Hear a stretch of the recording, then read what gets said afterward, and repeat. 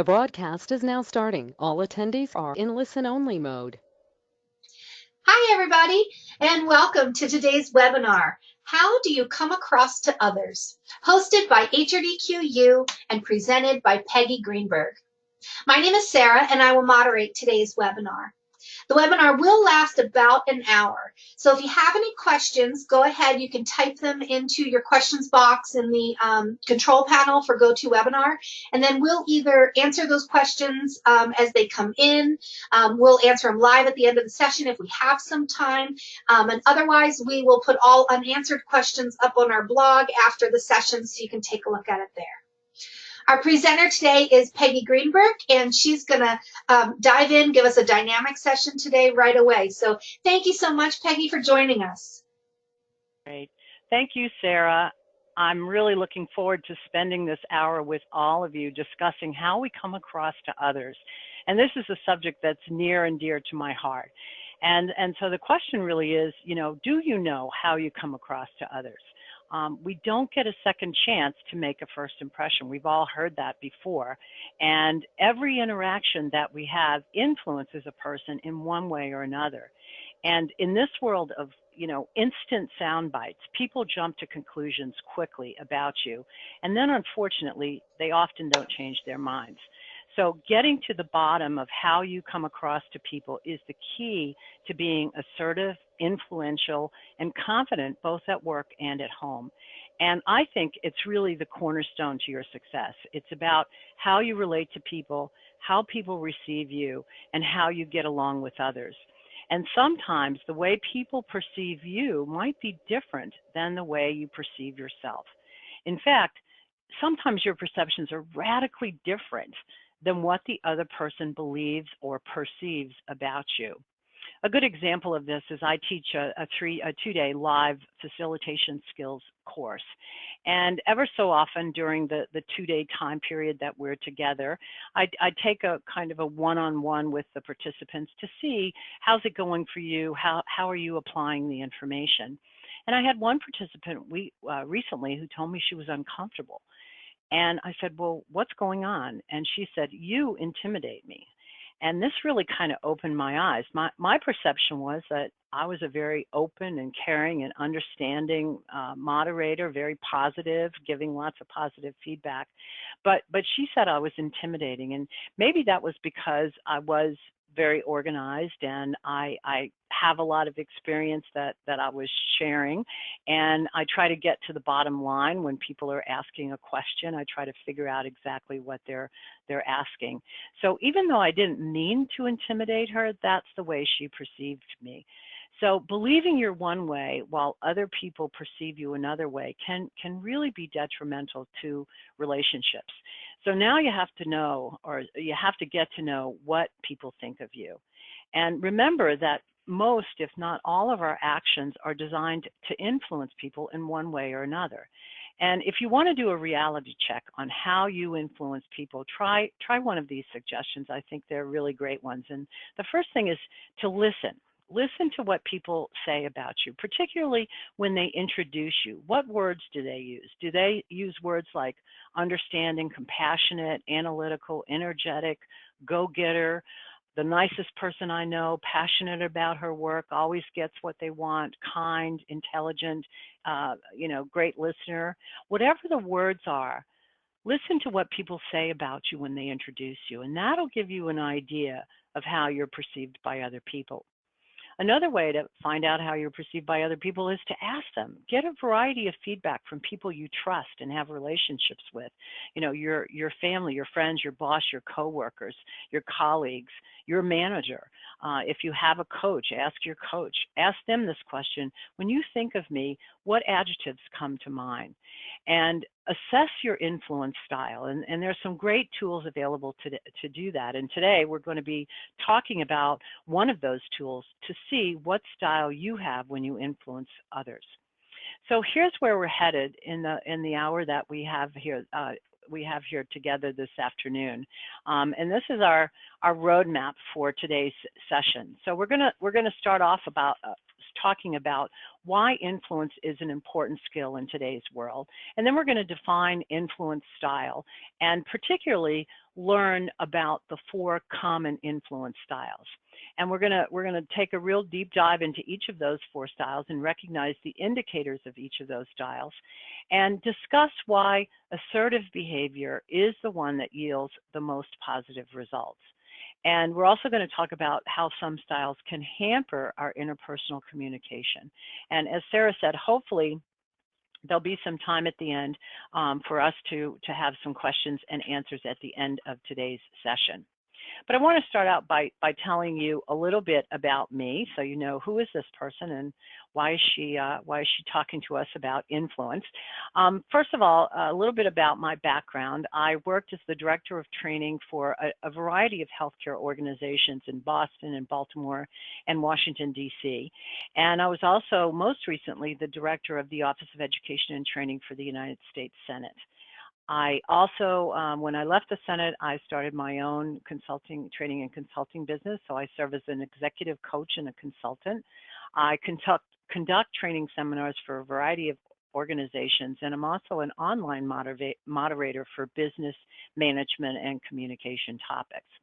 So I think I can safely say that my entire career has been dependent upon my ability to influence others.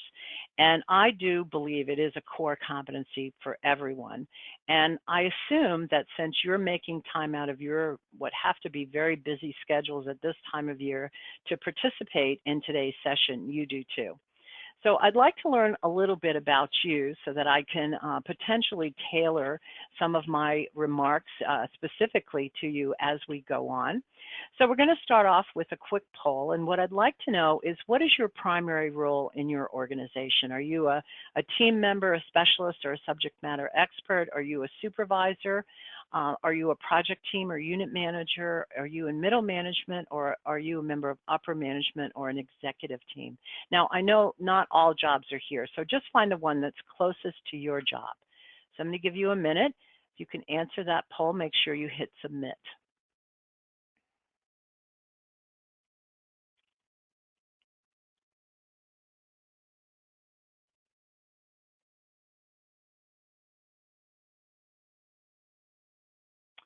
Okay, so it looks like over half of you are team members, specialists, or subject experts. Great. And then we have some folks that are in management. We have some supervisors, some middle managers, and some upper management. So that's about another 30%. And then we have some project teams and some unit managers. Well, thank you all for that information. And again, it's really helpful for me to know that. So I have another question for you, as we another poll for you, and the poll this time is, I believe influence is it innate or is it learned? What do you think? Is it innate or is it learned? Make sure you hit submit once you answer that poll question.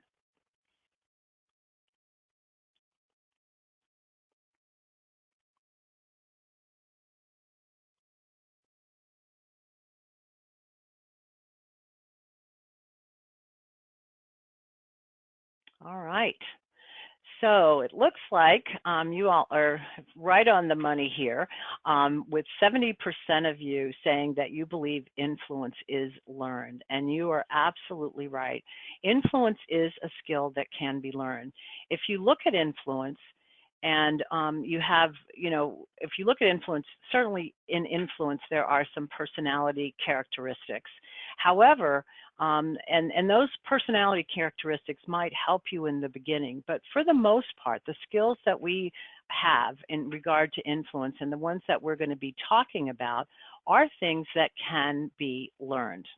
So let's see why you might ask why bother, and why is this important? It's already sounding like maybe this is a little more difficult than a little more energy than I'm willing to put out.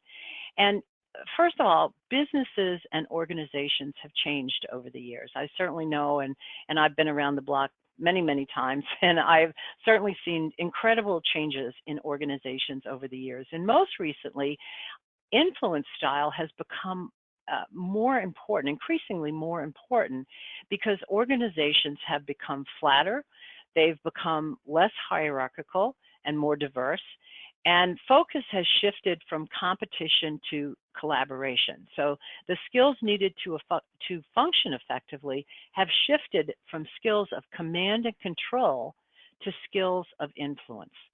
And according to the research by Cushman and Kahn, the view of people as communicators has also shifted. You know, historically, people were seen as passive responders when it comes to communication. You know, they were just talked to or talked at in organizations.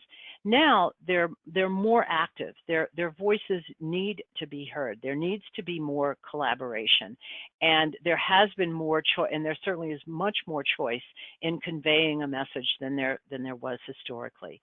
And in this global atmosphere, negotiation and understanding are crucial skills at all levels.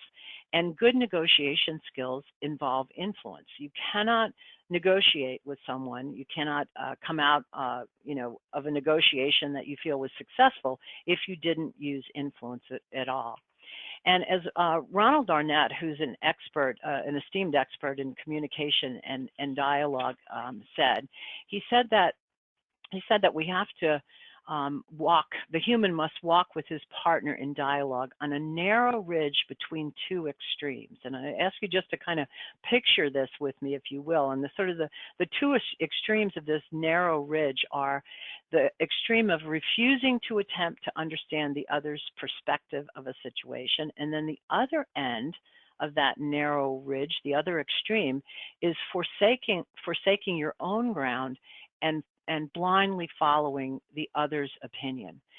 So we really have to, again, it's a very narrow ridge between those extremes, and obviously it's so crucial to our relationships, and it's so important that we learn how to navigate that, because in any dialogue that human beings, it's important in any dialogue that as human beings we voice our views while attempting to simultaneously understand other people's views. And this is really at the core of what effective influencers do in order to have an impact. They voice their views while attempting to simultaneously understand others' views. Now, I say that as though it's just this simple, easy thing that happens all the time and can be done without any thought or any consideration. However, it really does require a lot of thought and a lot of consideration, and that's what we're going to be talking about here in a few minutes. So I want to ask you another question. I'm going to ask you to share this via chat. And my question is, how do you see yourself using influence skills? I know that many of you are coming from the realm of being a team member, and then a sizable percentage of you, a third of you or so, are coming from management ranks. So how do you see yourself using influencing skills? Go ahead and type that in for me. And I'll see what everybody hopefully has an answer to that. You chose to attend today's webinar. So how do you see yourself using influencing skills? How do you see yourself using influencing skills?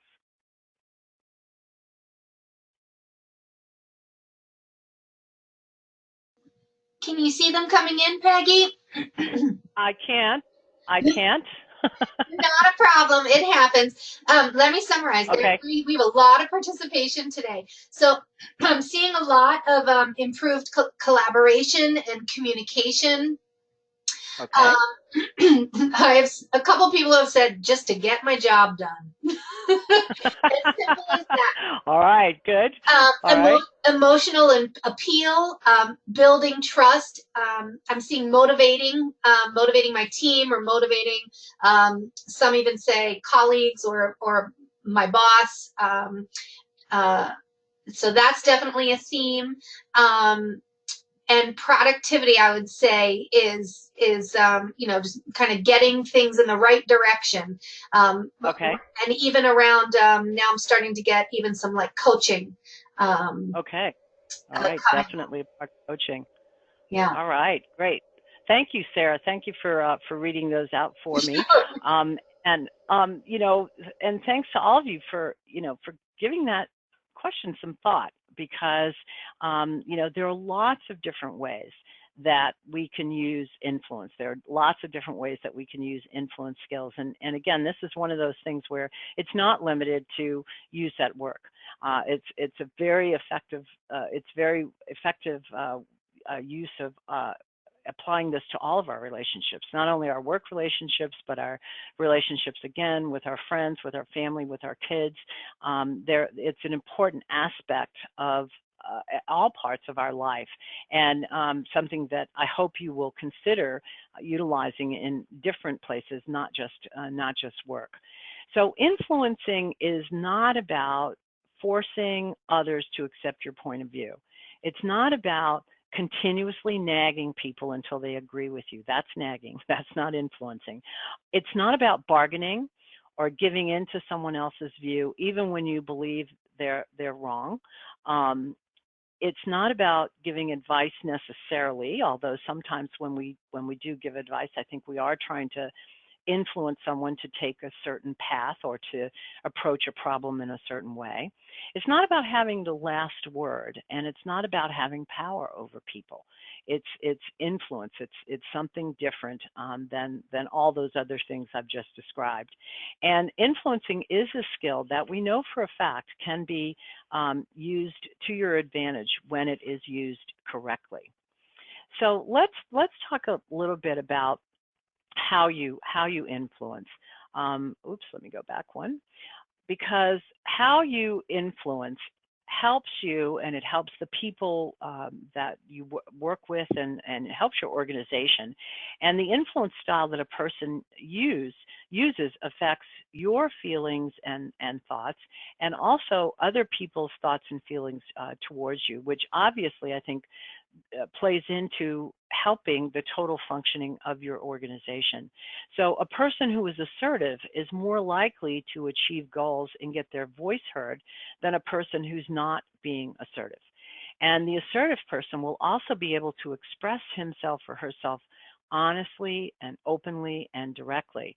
And if a person, never expresses their views as in passive behaviors, they're a lot less likely to achieve their own goals. They're less likely to have their voice heard. And sometimes it's very unfortunate, but sometimes those passive people are the ones who have the best ideas, but they just don't feel confident in talking about them or in letting other people know what their ideas are. And similarly, people who are aggressive tend to alienate other people. So that's not good. Assertive behavior usually leads to better feelings in both the individual and others. And also, I think when we're assertive, when we exercise an assertive influence style, feelings of tension are reduced.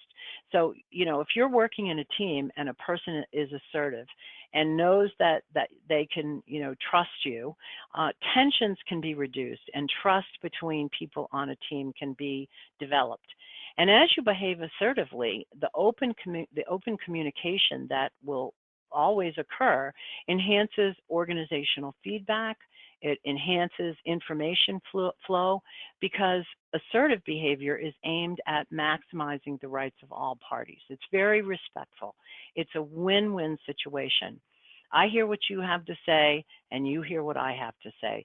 So influence works or impacts in a number of different ways.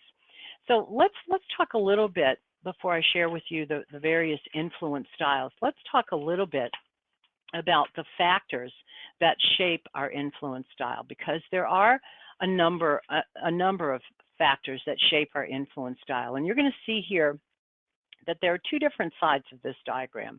One are the individual factors, and the other side are the situational factors that impact or shape our influence style.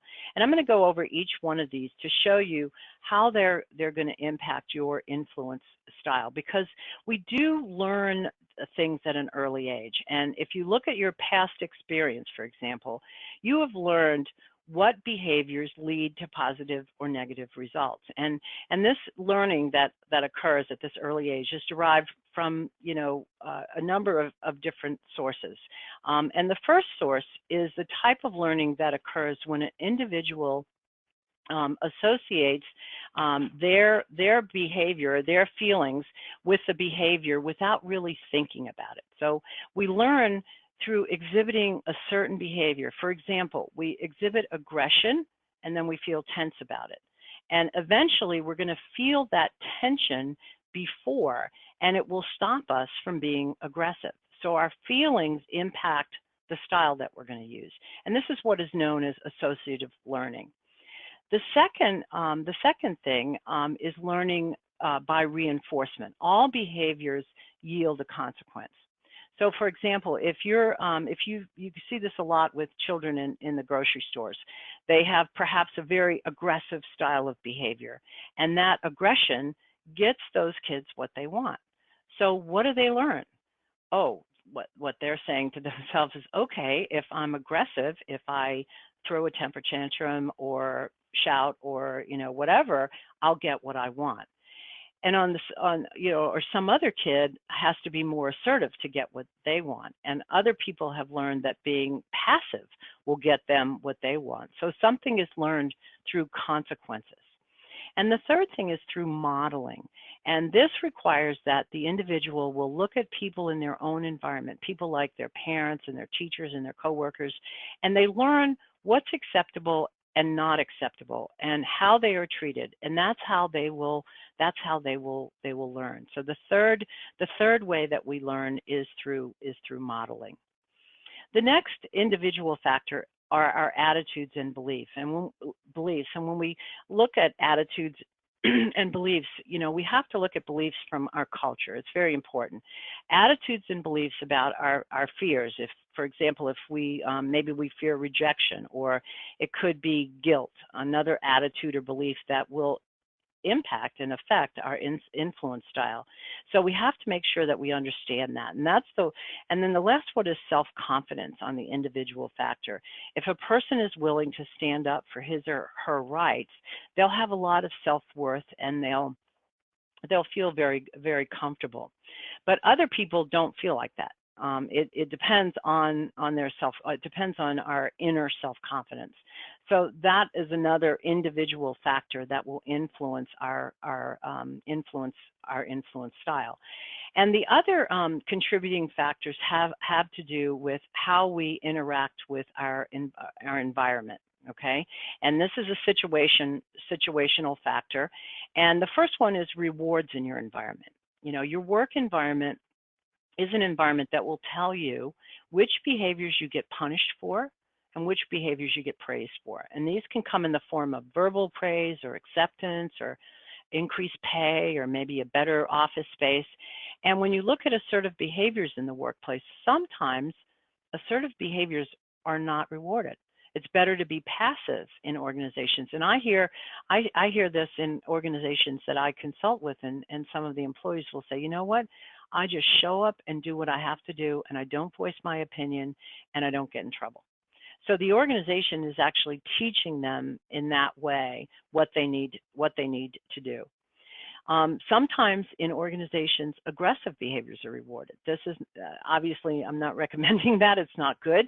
But when aggressive behaviors are rewarded, that gives everybody in that organization an idea of how you're expected to behave. And the second thing is the cost of influence style. Influence style does take time to learn. It takes our time. It takes our energy. We have to figure out what solutions our words will produce. We have to find out how to phrase those words. So there's a cost there.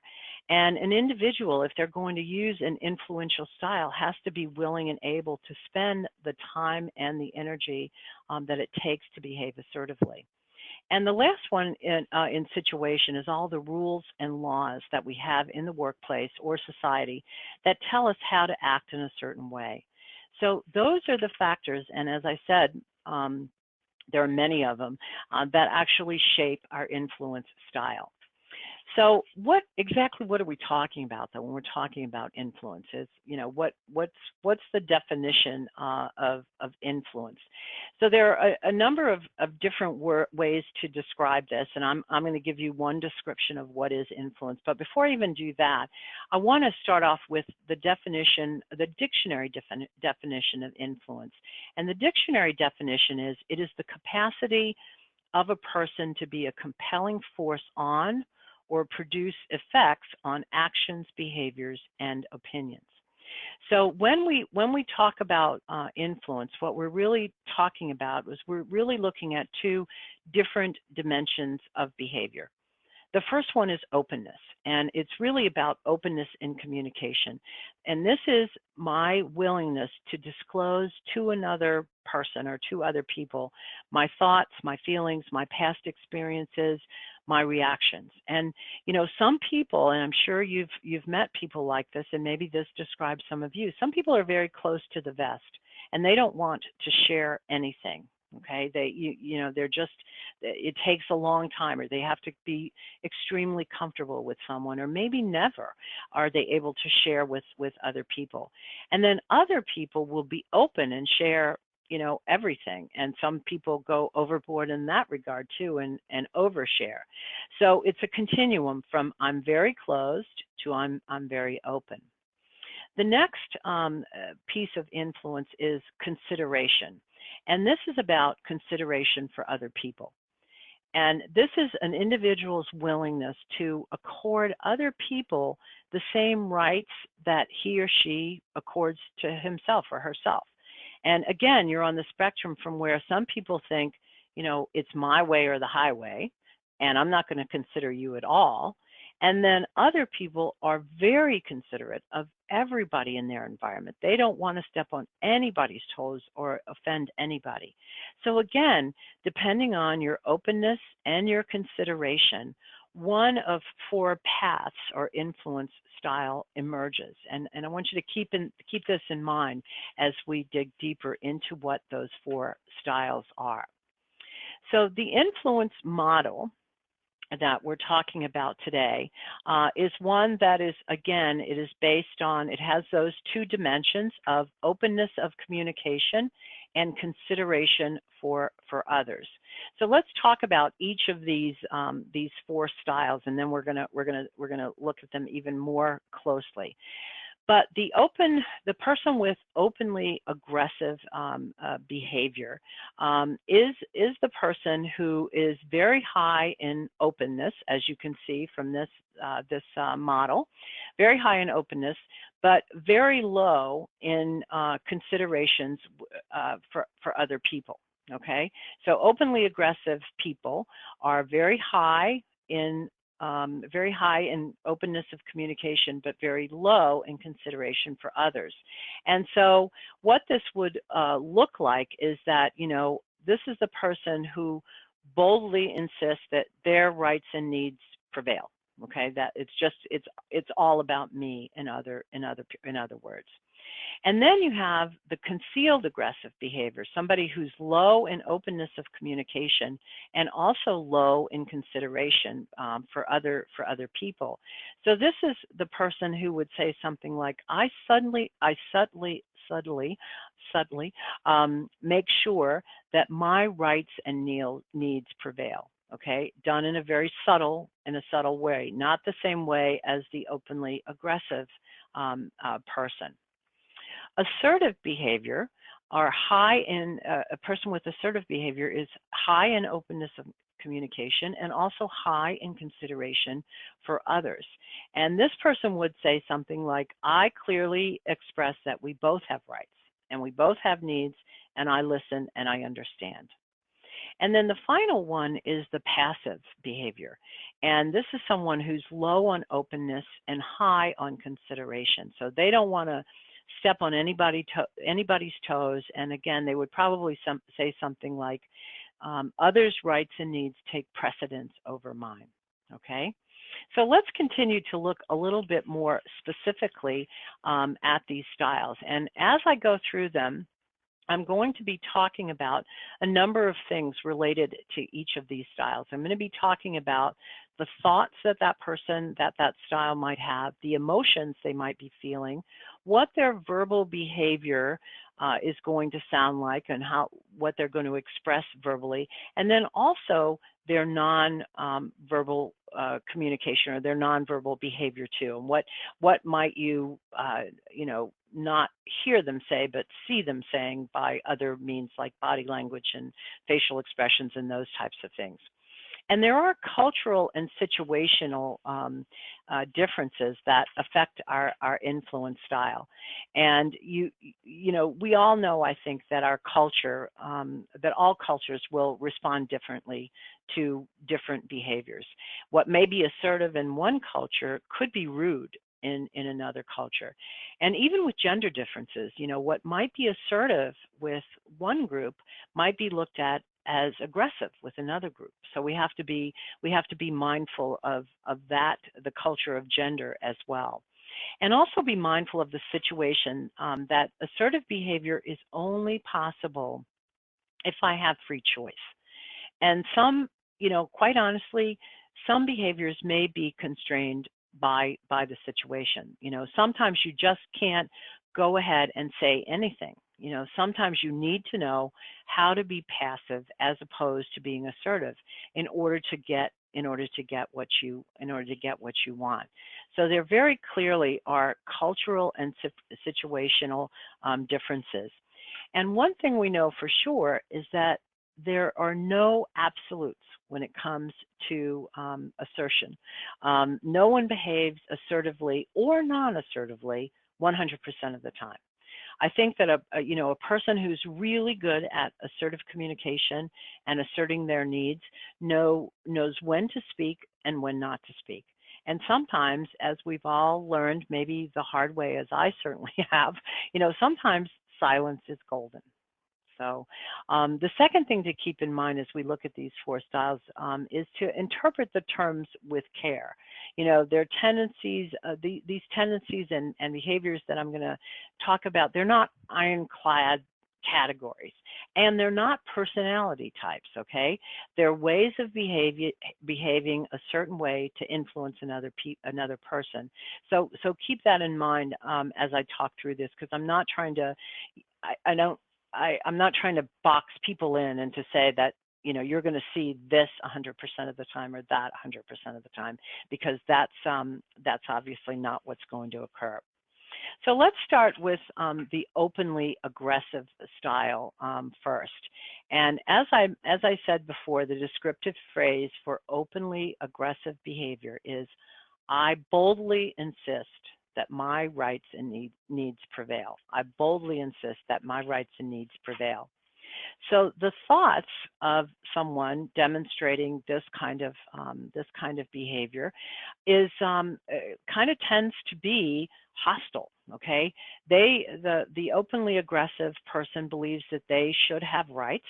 They have a very strong need for being in control. Extremely difficult time of ever imagining themselves to be wrong, and as a result of that, will never or rarely admit to being wrong, and a very egocentric. They worry only about themselves and have a very difficult time thinking about anyone else or considering how their behavior is impacting other people. So they're not, honestly, when people are openly aggressive, they're not afraid of hurting other people, okay?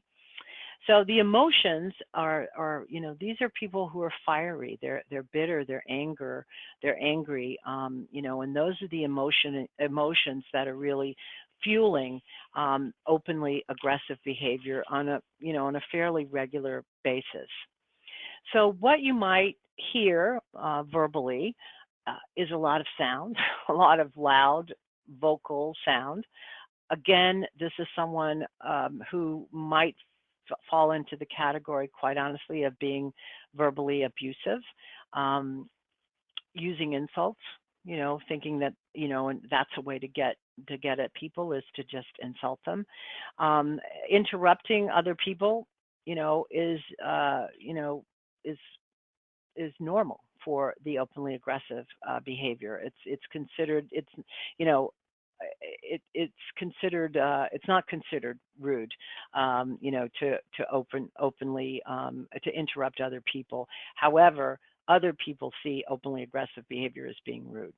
And non-verbally, again, these are people who try to, with their body language and all of their nonverbals, demonstrate control.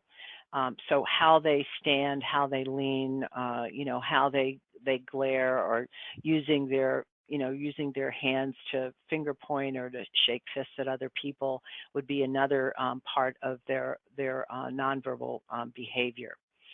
So, again, not everyone who is demonstrating openly aggressive behavior is necessarily going to have all of these things, but they may have some. And I'm going to just take a guess, because this is what usually happens as we go through this. Probably some people are already coming to your mind.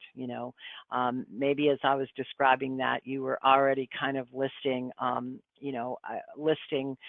someone's names or attaching someone's name to that particular style. And I would be willing to bet that almost all of us at one point in our lives have maybe had to be openly aggressive. Maybe that was us at one point in our lives. Hopefully it's not how we communicate on an ongoing basis and influence people on an ongoing basis. And so the question is, does openly aggressive behavior get you what you want? And I don't know. I mean, I would say that for people who demonstrate this type of behavior and influence style a lot, they might think it does. And perhaps that's the reinforcement that keeps them going. There are clearly some cost to this type of behavior. It does offend other people, undoubtedly, a lot of people, and it creates a lot of resentment. This isn't the person that anyone else wants to work with. It's someone that if they're in a group or in a team, they can literally just sort of snuff out everyone's creativity by their openly aggressive behavior, and especially by the way they might talk to other people, and the fact that it is my way or the highway. It's like this is the only way it can be. Now there's a benefit, to this type of behavior. It's pretty easy to know what these people are thinking, because they're going to be right out there. They don't, they don't hold anything back. So that is a benefit to this particular style, which might not and isn't present in all of the styles. So let's do a quick little poll here to make sure that you've got the gist of the openly aggressive style. And which statement reflects the openly aggressive style? Is it A, I express my anger through various facial expressions, or B, I believe you must show strength to command respect? Sarah, we should have a couple of more choices on there. Is there another slide? Sarah? You should have C and D.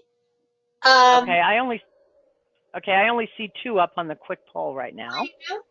Okay, so people are responding to C, so I'll go ahead and read those out. But C should be, okay, I don't mind asking for help when I feel I need it. And D is I have trouble turning down people's requests. Thank you. Sure. I'm not seeing that on the slide that I'm seeing, but I'm glad it's there. That's odd. Yeah, and I can see people are answering for those, so it is getting filled in. Looks like we're still getting a lot of active requests, so let's responses. So let's wait another second there. Yeah. All right, let's go ahead and share. All right. So it looks like most of you answered B, which is, I believe, you must show strength to command respect. And you are absolutely right. That is the desired answer there. It is B. It's not A, but people who are openly aggressive will use their facial expressions to exhibit their aggression. okay? But it's not A because they're also going to express it verbally as well. And that's why B is the one that is most reflective of the openly aggressive style. So let's move on and talk about the next style on our model, which is concealed aggressive behavior. And you'll remember that the descriptive phrase for concealed aggressive behavior is, I subtly make sure that my rights and needs prevail. And you might be thinking with this person that everything is fine and dandy, but this is the person who will show you in one way or another that they're actually not really happy about that decision, and they're gonna sabotage it in some way. And quite honestly, for me, this is the most difficult style to deal with, because these are people who are very manipulative, okay? But on the surface, they seem like they're agreeable or they're listening, but all of a sudden, you're gonna hear a book slam, or a book be thrown on a desk, or a door slam, or some other subtle rude comment. So to me, concealed aggressive behavior is a challenge, because they believe that they have rights and other people don't. Very much like the previous style, they assume that they're never wrong, and they're egocentric, and they find subtle ways to get their way. And so the emotions that they're experiencing are things like resentment and some hidden frustration. They're uptight because maybe they can't express themselves verbally, and so that's in terms of what they need, and so that's why they might be a little bit uptight. So the verbal behavior of concealed aggressive is that they do a lot of what I refer to as sniping. They use an indirect expression of insults or threats to other people, not directly, but indirectly. A lot of kind of murmuring, and it's the person who's sitting off to the side at the meeting and not offering an idea or suggestion, but kind of having a side conversation. These are people who have a tendency to gossip and to sabotage, very often sabotaging decisions after they've been made. And non-verbally, they again just look like they're uptight and under a lot of stress, forced smile, this kind of piercing eye contact, a very controlled posture might be something that you will see as well. And there are some costs, some real high costs, I think, to this concealed aggressive behavior. Other people will pick it out eventually, and then I don't think there's any person who likes to feel manipulated. And once we feel that way, we feel as though we've been manipulated by another person, our eagerness and our willingness to work with that individual is greatly diminished. And so these are people that, others just consider untrustworthy, and, in many cases do not want to have a lot to do with them. The style benefit is that it can be, these people can be very clever if you can direct them into a positive behavior style as opposed to the negative concealed aggressive. So which statement reflects the concealed aggressive influence style? I'm afraid to admit that I don't know how to do something I'm expected to do. I am able to express my feelings honestly and directly. I like to be in control of every situation. If I don't agree with my boss, I may find a way to drag my feet quietly on projects he or she wants done. So let's see what you think. Make sure you hit submit.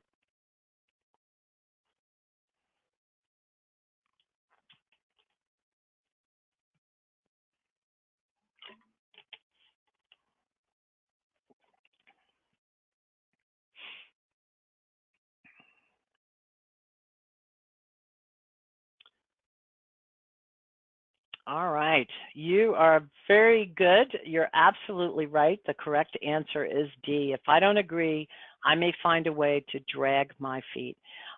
This concealed aggressive style, as someone who has had was manager all of my career, is, in my opinion, the most difficult one to manage, the concealed aggressive style.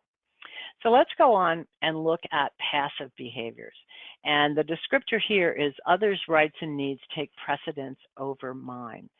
So the passive behavior, their thoughts are very self-negative. They view that others have rights, but they don't think they do necessarily. They tend to be, very hesitant to speak up, and you might not see their sort of resentment or their built-up anger, but when they do, they'll often just like blow a gasket, and it's so out of character, and everybody else is like, oh my gosh, what's going on with that person. And these are people who are very conflict averse and avoid disagreements, and just afraid to do or say anything that is going to upset any kind of relationship, both are work or personal. But they emotionally they might feel very victimized or very depressed because they wish they could speak up, but they never seem to be able to do that. Verbally, as you would expect, just sort of a meeker voice, use a lot of qualifiers when they're speaking, say things like, what do you think? Do you think it's right? What do you think I should do? And non-verbally, again, just don't look like they have a lot of self-confidence. So, wringing their hands, not having a very confident posture would be something that we would expect to see in passive behavior. And there are some costs to this. This is, again, as I mentioned initially, these are people who often have, great ideas and information, but just don't feel confident enough to express it. And it's a cost because they just don't take responsibility for contributing to the team. And that's a cost, obviously, to the team and ultimately to the organization. The benefit is, they don't create any unnecessary conflict at all. That would not be at all what we would expect to see from the passive behavior side. So, which statement reflects passive influence? When I'm angry with someone, I shut him or her out. If I have something to say that I think is important, I'm going to interrupt a conversation. I feel guilty when I have to ask others to do their share, or I make decisions when I have a reasonable amount of information, even though I might be wrong. So let's go ahead and launch that poll. Tell us quickly what you think about that one.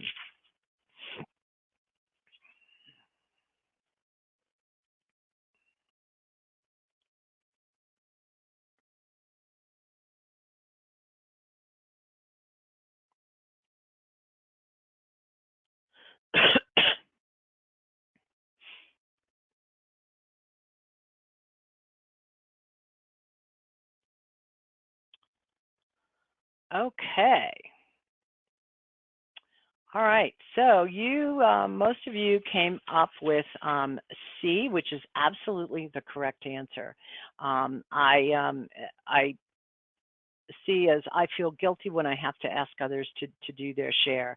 A number of you mentioned A too, and this is something that I think you've seen passive people do this, that they just shut people out if they're angry. They don't talk about it. So I would agree with you too that that's something you might see the passive influence style do.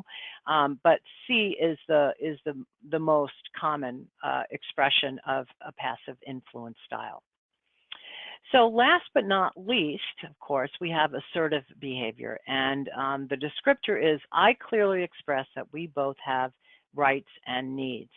And Alberti defined assertiveness many long years ago and said that assertiveness is a behavior that enables a person to act in his or her best interests, to stand up for herself or himself without anxiety, and express feelings honestly and comfortably, and exercising their rights without denying the rights of others. But I think you make some important points about assertive behavior that I think we all need to be aware of. One that is that assertive behavior is assertiveness is a characteristic of the behavior, not the person himself. So it's very person and situation specific, and it's not universal. As I mentioned to you, no one behaves like this 100% of the time. It depends on the situation, and it depends on who you're dealing with.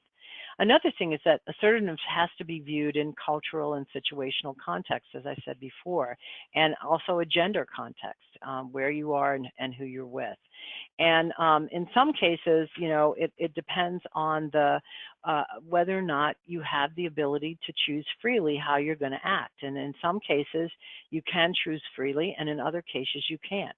It really depends on where you are, the organization that you work in, for example, and you've got to take all of those things into consideration when you're exercising assertive behavior.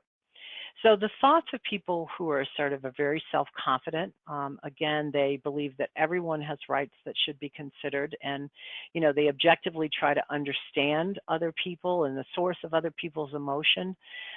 Their emotions tend to be very even-tempered, very patient, and again, their feelings are directed at behaviors or situations and not at people. And that is one of the highest indicators, I think, of assertiveness, is that I'm directing this at a behavior, and especially if I'm in a management position and I'm correcting someone, I'm correcting the behavior. I'm not criticizing the people, the person. I'm criticizing a certain element of their performance. So that is a difference in terms of assertive behavior. Verbally assertive behavior sounds very clear and very concise. There's a lot of first-person language, I language instead of you. It's much more, you'll hear a lot more I language. People who are assertive are receptive to other people's viewpoints. They listen actively and they're receptive. It doesn't mean I agree with you. It just means I know that you have a right to state your opinion, and I'm going to listen to what that opinion is. So non-verbally, a very confident, relaxed posture, very open and supportive nonverbal behavior, a lot of eye contact. Very important part of being assertive is the use of eye contact. Now, there are some costs to even being assertive. It takes time and effort to be assertive, and it can be sometimes a challenge to maintain this style in all situations. And you have to take the time to do a situational assessment and figure out, is it right for me to be assertive right now? Is this someplace where I can be assertive? But there are incredible benefits. It encourages collaboration and teamwork.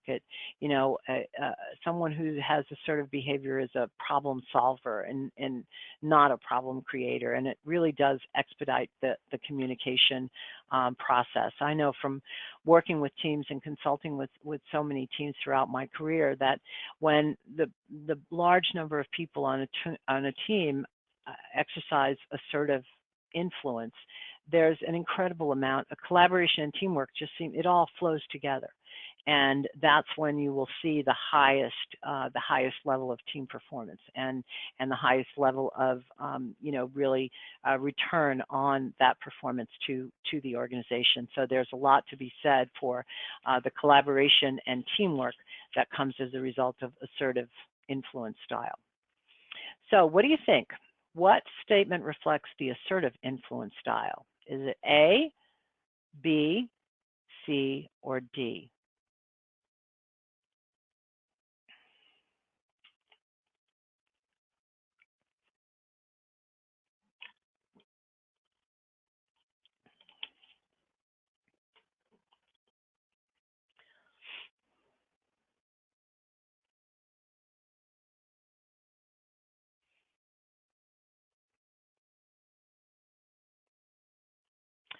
All right, great job, you guys. You got it. It's A. I let people know when I disagree with you. So people who are assertive, if they don't agree with you, again, they will tell you, but it will be in an open, it will be in an honest, and it will be in a caring way, not a put down kind of a way. And they want you to understand what their feelings are, and they want to hear what your feelings are and what your opinions are on a particular issue or on something that you've been working on together. So here we have, again, the influence model summary. And again, it is based on our openness in communication and our consideration for others. And the continuation, not the continuation, the continuum for both of those is high to low or low to high. With some behaviors being, being very low in both openness and communication and consideration for others, and others being more mixed. But openly aggressive, concealed aggressive, assertive behavior, and passive behavior. And obviously, the assertive behavior quadrant, when we talk about how we influence, is the one that is going to get the most play, and it is going to get the most response, and it is going to get the most positive outcomes. So a few things we know about assertive influencers. First of all, people are not born assertive, nor does anyone act assertively 100% of the time. Okay. The second thing that we know is that assertiveness results from skills and behaviors that we learn and that we consciously practice over time. The good news is that you can learn to be assertive. You can absolutely learn to be assertive. So it's not something that you were born with, or unlike your personality that was kind of hardwired by the time you were 7, you can become assertiveness if you decide that, this is the style that I want to use. This is definitely the style that I want to use to influence people. You can learn how to become assertiveness. So, and if you practice, if you learn about it and you practice. And the third thing that we know about assertive influencers is that they work towards the win-win. They focus on their communication, and they focus on the consideration for other people. And in all communication, and certainly in our ability to influence other people, a key ingredient is trust. We need to all work on constantly building and sustaining trust in all of our relationships. And if I don't trust your character and competence, it is highly doubtful that you're going to be able to influence me. And as Edward Murrow once said, to be persuasive, we have to be believable. To be believable, we have to be credible. And to be credible, we have to be truthful. And that, to me, is just what it's all about when it comes to trust in all of our relationships. So here are some general suggestions. First of all, use a variety of techniques to influence other people. Consider what you think their style might be. Seek assignments that will let you try out, your influence. Try to seek some assignments where that might be a possibility for you if your current job, although it looked like from the opening chat that many of you already have lots of opportunities in your current job. And observe other people who are good influencers, and try to do the things that you see them do. I think this is, to me and for me, has always been one of the most useful things, is to observe others who I think have that skill and practice it very, very well. And then finally, we influence others to shape our future, or others will shape our futures for us. And again, to me, this is kind of the compelling concluding remark of why our influence style is so important, and why influence is so important to how we are as people, how we are as parents, as employees, as people in society. So I hope this has been useful to you, and I'm going to turn this over to Sarah now. Wonderful. Thank you so much, Peggy, for the insightful insightful information. We've had some awesome participation. I do have some questions, so go ahead and submit any questions that come in.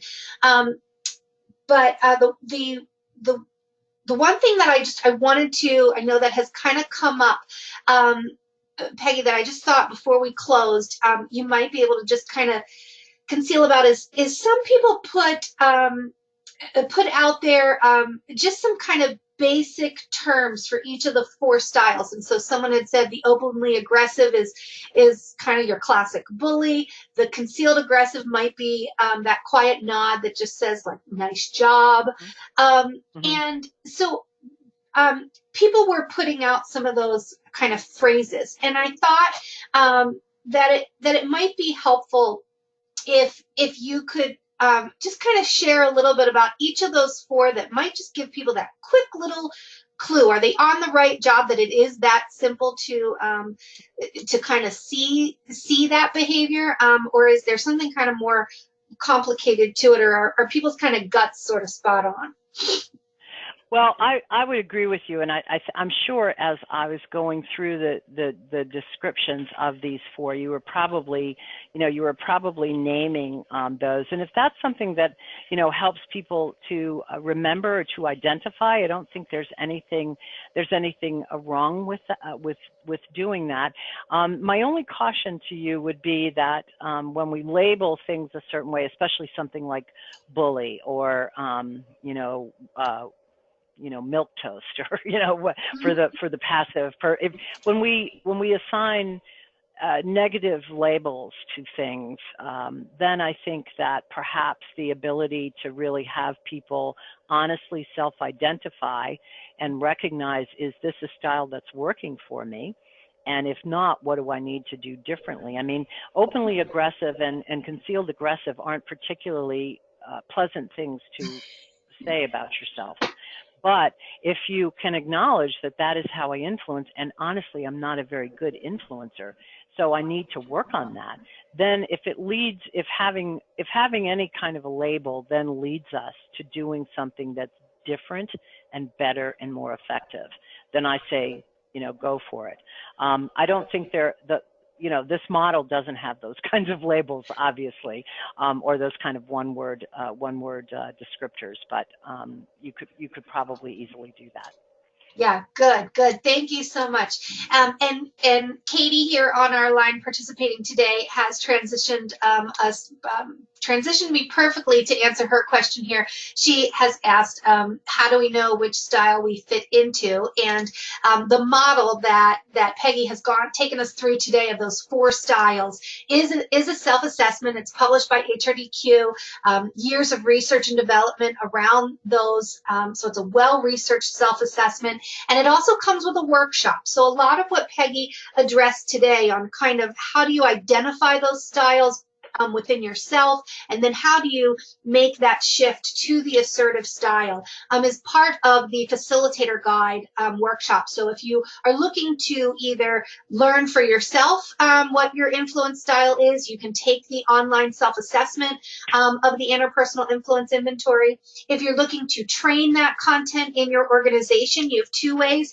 You can purchase the facilitator set for 25% off with the coupon you see here. Good through January 17th, so you can check that out.